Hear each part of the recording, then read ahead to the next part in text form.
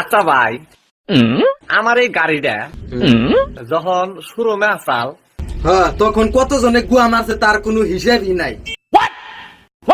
ভাই রাগ করেন কে? হাসা কথাই তো কইতেছি।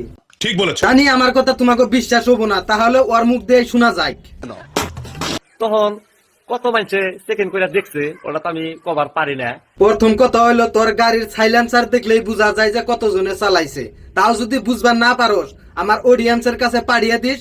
তোর গাড়িটারে এক রাত রাইগা টেস্ট করে দেখবুনি কত কিলোমিটার চলছে, কতজনে চালাইছে। তো আপনি করে একটা অনুমান আমি নিবাস থেকে চালান নিছি।